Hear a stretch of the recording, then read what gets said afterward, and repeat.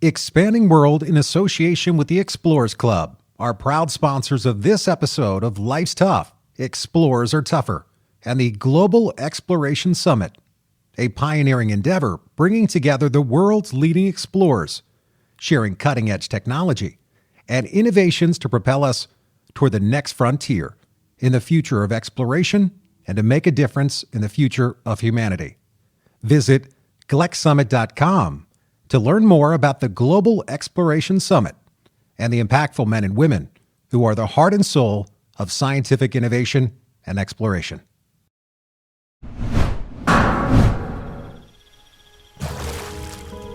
One of the things I find most interesting when two explorers get together is we sort of trade stories. This is Life's Tough, but Explorers Are Tougher. I'm your host, Richard Wiese. I love the outdoors. I always have, and I always will. I've heard stories that would make the hair on the back of your neck stand up. Explorers are the type of people who walk in space, go to the bottom of the ocean, and stand on the highest summits. Scratch the surface of any explorer, and you'll find they're all storytellers. This show is about their tales.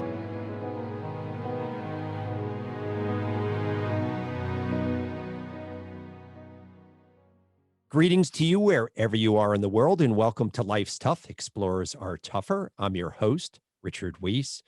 Perhaps the most frequent advice that I received growing up was, just be yourself.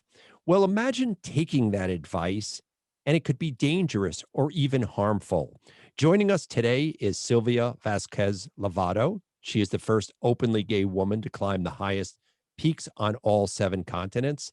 Welcome to the show, Silvia. Good to see you again. Hi, Richard. Good seeing you too. This is so great. Very, very nice seeing you in this 2021. So did you ever get that advice or hear that advice growing up, or at least hear it to other people? Just be yourself. I heard it more in my 20s rather than in my teens. I wasn't I had a very challenging chaotic upbringing. So, but definitely, in my 20s already, when I was living here in the US, that was something, more of a stronger advice that was very inspiring. So you were born in Peru, and tell me about growing up. Where did you grow up in Peru? So I was born in Lima, Peru, and during the 80s, unfortunately, we were going through one of the worst time periods in our country's history. We had transitioned from a military government into a democratic one, and there was a lot of challenges at the time with the economy, hyperinflation, and then we had the birth of, or maybe the high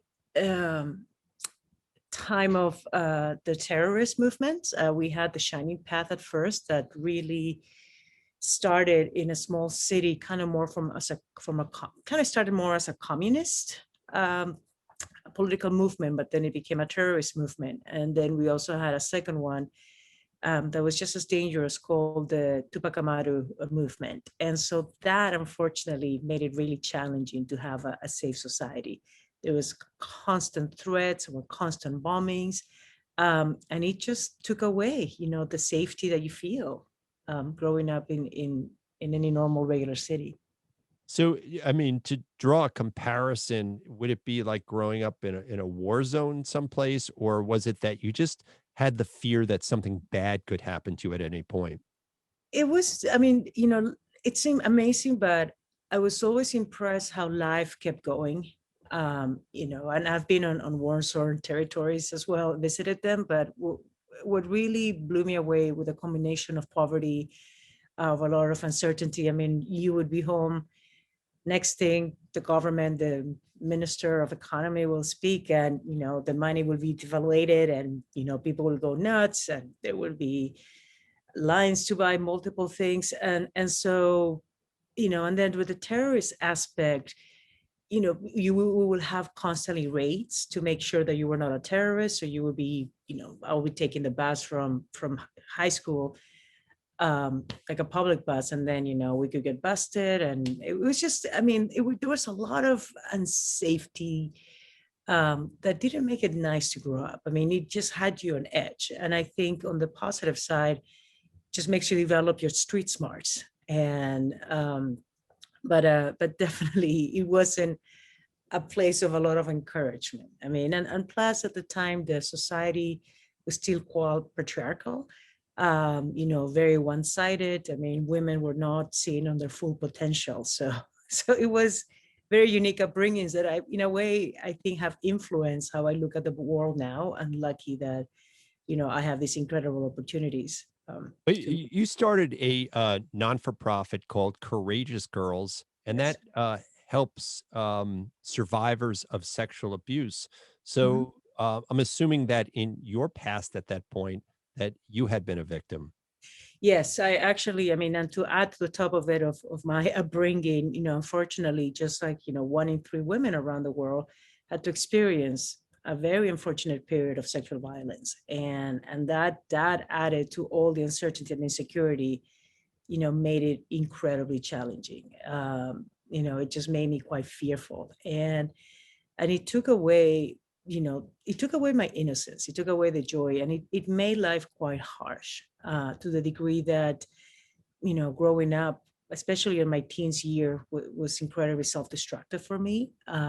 And I mean, ultimately, when I told my parents, because unfortunately it was somebody who used to work within the family, um, they ended up working with psychologists, and the best advice was for me to leave the country. And so I was able to, and one of the things that I was good at, I channel, I believe, all my frustration, all my fears, into studying. So I was quite book smart, and I was able to come here with a scholarship. And so I arrived here in the States just when I turned 18 to kind of start a new life. I would have to imagine, knowing what I know growing up in the United States, that when you come from that environment of terrorism, maybe sexual abuse, that 18-year-olds must have seemed very frivolous to you, or very carefree. I mean, you had to have seen that different. Actually, well, you're gonna laugh, but I ended up going to school in the heart of the Amish country in Pennsylvania. What? Yes. So out of the scholarships, my parents had a choice of universities, and my mom was in charge. And I think she fell in love with the photo of the Amish on the first on the cover of the school application. So yeah, so that was my first exposure to the US. I mean, I imagine what you said. I mean, we were having the Cosby Show, we were having 90210, and you had this idea of America being, this frivolous, exciting at times, the difference, but definitely not what I went to school. I did not know this or expect this, Sylvia. I knew you came to the United States, but and Yes, and and I'm not making fun of the Amish people not at because all. they Yeah, have not. a very lovely group, but I somehow don't see them being what you typically think of, I'm not going to say normal community, a typical American community. Yeah. So, were they aware of some of the obstacles that you had been through? And at the time, not really. I thought that was to me, and this is the beauty of looking at life. When things get thrown to you, you can complain, or you can be mad, or you can just adapt. And I was incredibly grateful for the opportunity of being out of my country, and it was a period of adapting. I mean, it's still, we were close to a smaller city. This is in the heart of Lancaster County, which I'm not sure if you've ever Beautiful visited. area. Yeah, I've been It's a there. beautiful Beautiful. area. And it just exposed me to a particular way of thinking. And this is the way that I look at stuff, even, and this is what has been beautifully translated, to my exploring, or my exploration, is that even though I come from a mentality, in Peru, we was honed down that we were conquered. The Spaniards came and conquered us. Um, Coming to different places, I never go with that mentality. And instead of trying to impose my beliefs, I am more about respecting, where I am, understanding the culture. And that is something that I have also translated into climbing, into my expeditions. I never say I've conquered anything. I love, when it's almost like I just can't correct almost anyone, but I just, that's an attitude that I have personally myself. Um, but yeah, I think to me it was just unique to adapt, to learn, and to, I mean, I joke that my experience living with the Amish country made it very variable when then I was sent to live abroad for about 4 years in Switzerland for work. And I was in a small town called another small city in Bern. And I ended up living in a small village. So it all helped me eventually later in my life. It's funny because having met you in person a couple Mm-hmm. times, I recall the first time I met you, it was in San Francisco. It was at Yes. an Explorers Club event. And I was speaking there as president of the Explorers Club. Yes. And and you came up to me and you introduced yourself and you told me that you were the first openly gay woman to climb Mm-hmm. all 7 summits. At the time, I thought this is a really random piece of information, but Yeah. somehow I knew that this piece of information would come into play at some point in the future. And I'll get into that in a second. But the vibe I actually got from you is despite you coming from a tough environment, it was very open and friendly. You came across, and this is the God's honest truth. I thought, wow, what a great smile and what a warm, open person this is. That was my impression. So, how is it that you come from such a tough environment that somehow you radiate this kind of warmth? There's got to be some place along the line that you made choices or there was a transformation. I think it's been a transformation, and I'm going to be frank. I mean, I think even when we met, I was maybe about 8, 9 months in my sobriety, and I've had. I mean, I can say ever since Everest, my life has started to do a massive transformation, and I believe I've been incredibly fortunate to have this beautiful journey of more doing a self exploration and really, touching into um I mean, dealing with a lot of the different challenges that I've had, and I feel it has given me a different zest for life, and it just makes me feel incredibly, grateful. And there's been a lot of different personal events that have happened, that it's allowed me to look at the glass, instead of half full or half empty. I mean, it's a personal attitude, and that is something that I love sharing with others. I mean, I think we definitely need more of that message.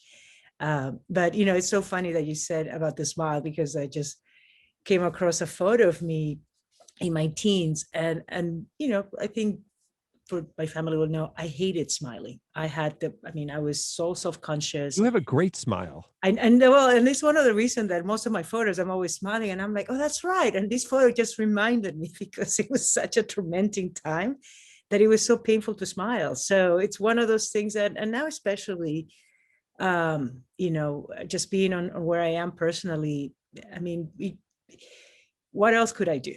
We just have to embrace life. Well, you actually have a real reason to smile really big. And this has been in the news. You wrote a book called In the Shadow of the Mountain, and it Yeah. is now being made into a movie where Selena Gomez is to play you in the movie. So congratulations on that.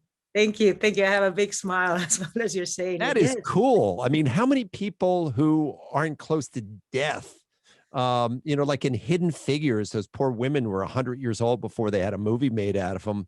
You're a relatively young woman and you have a star playing you. You know what is so funny, but the producer of Hidden Figures is my producer, Donna Gigliotti, who is an amazing woman. So it's kind of funny that you said that comparison. You know what? I am honored. I mean, completely something I had never dreamt in my life. And yet I am excited to be able to bring a powerful, inspiring message. It's going to be its own journey. This is definitely out of all my crazy dreams. I mean, I think it's always been said at times when you hear people giving you advice, life advice, imagine your life in a movie or like live like the movie of your life. And now I am living that. So But Sylvia, take yourself back to the 14-year-old Sylvia who wouldn't smile. Mhm. There would be no reason that in any recess of your brain that you would actually think you were going to have a movie made about your life, right? Yeah. This life is stranger than fiction. So what is in the shadow of the mountain? I'm sure that's a metaphor for something. Yes, and I think it's just the beauty. of the very first time when I went to the base of Everest, which was a completely unexpected trip. I mean, I was never a climber. I mean, as we talked, I mean, I never grew up with a very, even unfortunately, the dynamic in my family was complicated, but there was never this aspect that, you should be able to be your best self or any of that. And I ended up, venturing to the base of Everest, as a result of a powerful meditation vision, when I had enough in terms of, my drinking and my challenges in my late 20s. And I remember going, just on a very bare bones, not knowing what to expect. I only had about a week to make it back and forth to base camp. It takes about 12 to 13 days usually. And it was the second time. I remember the first day I was with a porter. We hiked from Lukla to Namche in just a one go. And there was something about like, let me see as far as I can get before I'm going to get altitude sickness. That's about like 12 or 13 in Namche Bazaar, right? Namche Bazaar is about like 13,000 feet, almost 14,000. And that's a far walk from Lukla. It's a far walk. And I just actually was even walking in the sense of feeling like, okay, well, let me just walk as fast. I felt I wasn't going to make it. I was going to hit with altitude. Let me just get as far as I can before we have to turn back. And so this, and I remember climbing the Namche, and that very first part of the trek, is very luscious, beautiful. You don't see, the rhododendron trees. I mean, you just don't see, you don't have that exposure. But on my second day, we remember leaving on the morning, we get out of Namche and we just take the turn, and all of a sudden, a beautiful sunny day, the Himalayas just hits you. And I will never, ever forget that experience. I mean, just that sensation. I was this tiny, tiny, tiny person and just walking among this grandiosity. And there was just this connection that I remember feeling like for the first time in my life, that I was like, as a connection with the mountains, as if the mountains were being like, oh yeah, welcome, and we are here to protect you. And it's almost, the lyrical aspect of the book is like, as almost as if the shadow of the mountain, just, my problems were just so small compared to the shadow of the mountain. And that was something that really stuck to me in terms of just, the beauty of what nature can bring. And it was, and I remember I had this surge of energy, just being surrounded by the majestic of the Himalayas. That the Buddhist monasteries there. Oh yeah, I made it to the base of Everest in 4 days. I was like, that's incredible, because that's at over 17,000 feet, and for us mere humans, mortals, I couldn't do it. I was inspired. I mean, that was enough fuel for me to just boom. That is what really awoke in my heart, that there was something magical, within these mountains, and that is what the journey has brought me here. So when you get to the base camp of Everest, it's an interesting place because there's a lot of activity, a lot of testosterone going on there, and that you see people coming off the mountain, setting up higher camps. And there's a big difference between being on the back of the stage, which I'll call base camp, and actually going over the Khumbu ice falls and up the mountain. So when you see people coming over looking pretty weathered or haggard, does that make you nervous? Think you want to do that? I mean, at first when I did it, it was in the fall season. It was in October. So there was nothing of that. I mean, base camp was empty. But I'll tell you personally, when I went into my own expedition, when I arrived to the base of Everest, I left my bags on my tent. I was the first time I was getting this massive view and really understanding, oh my God, I'm going to be here for the next 6 weeks.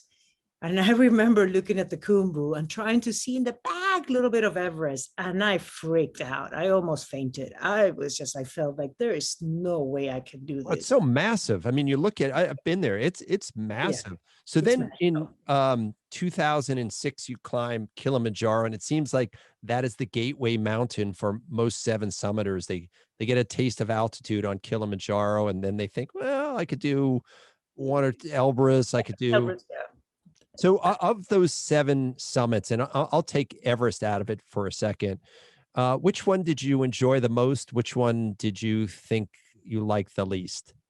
It's almost like children. Sometimes it's hard to pick on each of them. I've had my very unique experience. I mean, I'll tell you, Denali took me 3 times. So, I mean, I was very lucky that all the rest of the mountains, I did it on my first try. I mean, I think Denali was possibly um, a very unique experience, and the way that it is structured as well. You don't have a lot of support. I mean, you have to carry everything on your own. Um, but that was a very unique, and some of the most beautiful, I mean, sightseeing in terms of once you get high up there was just powerful. I really enjoyed that.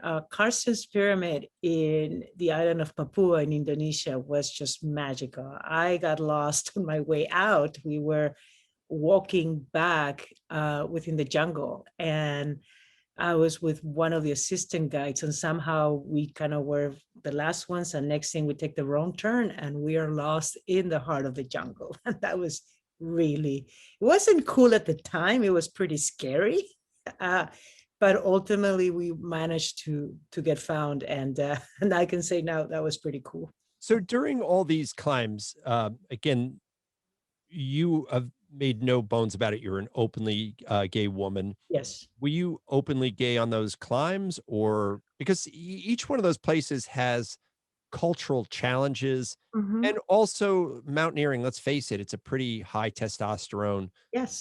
sport. Yeah. So what were the challenges there? Did you feel comfortable with that? Was it a little bit of a challenge? Yeah, and actually, you know what? I've always been very private about my life. And especially in 2006, I was already living in Europe. I mean, what I do, having lived with so much fear, tend to assess the situation, and you tend to develop certain bearings. So one of the things, and especially in some of these places, just as a woman, it's a danger itself. So, and on top of this, being a gay woman, so it's almost like, I become very protective, and I assess, and I figure, okay, when does it feel safe to really, being open, and sharing on your identity. um I have to tell you, I mean, in Denali in 2012, I was on this expedition, and I met this amazing young man, Kason Crane, and he was openly, I mean, he was making a point of climbing the mountain as an openly gay man. He had like the biggest pink socks and carried this massive rainbow And it flag. always put the rainbow flag on his tent and Oh yeah, he was. I mean, he sometimes like carried it as a cape, and I think that was quite an inspiration. I mean, he allowed me to feel that, okay, it's I need to be more embracing of my identity in the mountains. I mean, in the first couple of mountains prior to that, I was like, okay, on edge on it. But after seeing Kason, it just made me feel like, you know what, let's push it, and of course within the safety ranges. I could see that happening in Alaska, maybe. You get some comments, and I'm sure just even from my perspective as an openly heterosexual male, I'm Mhm. sure I would have made jokes to my climbing partners about it. Yeah. But in other regions of the world, especially you go to North Africa, the Middle East, I'm not so sure I'd be running around with a cape. Yeah. So I think it's all changing for the good, but there's still a lot of obstacles in that respect. Yes, and I think the more that we can voice, the more that we can show, the more representation that we can bring out. I mean, the more that this actually can improve, and that's a part of the responsibility of actually for me to mention that, and the importance of sharing it. I mean, there's still, I mean, definitely within Africa. I mean, I've been in the Middle East as well, and it's just how we can bring a little bit of change to the environments and understanding for people. And even in all Latin America, I mean, it's still, it's pretty sexist. So, It's a difficult challenge because what I may have as values as an American, I'm going to speak now as an American. I go to some countries and I see women not being treated so well. mhm. Very difficult for me to impose my Western culture on them, and sometimes it really might have more of a negative effect upon whoever's situation is going on there. So I've always struggled. How do you become the change without Mhm. sort of being imperialistic Yep. on your ideas? Because if you go back to Australia in the 70s, they were taking Aboriginal kids away from their families to make them Mhm. more Western. The Inuits were taken off of their nomadic life and put into smaller villages. So even with the best intentions in mind, it doesn't always work so well. Mhm. I, you know, it's complicated. I mean, how to change? You can rewrite history, and even in this country right now, we are found ourselves in a very unique intersection. But I believe, in many places, it's more about understanding and figuring out, okay, which organizations, who are the people, or what particular, what a small, um who are like the local social change makers who are maybe doing the work. And for example, to your point, I remember visiting the Congo, which was, the DRC especially, which was, it's been quite war torn, and that was been in the middle of a civil war. um and there was this massive, issue with, femicides and the way that they were treating women. And I remember connecting with a local organization. There was a local man who actually was working with rehabilitating former child soldiers and young women who had been, locals, who had been on the streets. And he was kind of trying to help them through his own way of bringing them into dancing, into music. And that was very powerful because it showed me that sometimes it's not just even, the imperialistic or the big organizations that bring the change. It's more at the local level, that actually there are organizations, there are situations almost everywhere, that those are the ones that are worth connecting, and to be able to understand, okay, how can we, help solve some of these challenges. So you have this film that I don't know what the release date is, or Mhm. even if they started shooting it yet, but you realize once a film comes out like that, the privacy of your life is Mhm. probably over. Have you thought about, you know, going forward, I always say the next act of your life, how you're going to take that sort of power of the media and harness it into something that makes not only you reach your full potential, but others around you. Mhm. Have you given some thought to that? It's so funny. I'm still working on the book. The book hasn't even been published yet. The book is getting published next winter, 2020, 2022. Um, and if anything, my dream with the overall book, with the film, is the opportunity just to, first of all, bring light to the shame that, what many women, unfortunately, too many women have to put up with, and how we try to get silence, and just what it does. But, I am here to be a vehicle, a platform to just allow people to find their voice. And that is, what my commitment is for the next, several decades. And as long as I can be here, that, and definitely combining my cess for exploration, but definitely using my platform as a way to, I see myself, I have been on the other side. I remember, when I was even trying to struggle with my own addiction and with my own issues. Trying to attend conferences, trying to look out for mentors, or just for the messaging. And so, having been on that side, what a beautiful privilege and opportunity to now have this opportunity to talk to that version of me who was hurting, who was scared, who was ashamed, and being able to reach to that. And so that is one of the opportunities that I'm very grateful to have. I find it very refreshing that you look at what was a very dark side of your life, or things that you wouldn't wish upon anybody, but you've used that as a vehicle to grow and to be powerful into who you are. And I think there's something to be learned by that. What Thank you. is the advice that you now would give to that girl in that photo, you at age 14 or 15, who wasn't smiling? What would you say now? And maybe this is advice you give to other people who've been in that situation. I can't give that advice. I've never had something like that happen to me. So it just wouldn't be the same. I would tell her, and I don't know how this is going to come across, but I would tell her, first of all, you're not broken, you're intact. your life is fully still, you can just absolutely do anything. And it is mostly like you are not alone. That would be number one, because that was possibly my biggest cloud, feeling that aspect that I was alone, that I'm the only one, and just telling her like, you're not alone, like we are here. There's a lot of us who are here to help you, protect you. I think that would be my primary aspect, to tie, because that's unfortunately what creates, the challenge is the stigma, the fact that you feel you're the only one, that nobody else has done it. And it's just feeling that no, there, if anything, we are an army here of so many of us ready to help you and support you. And if anything, it's just, just trust you, you're whole.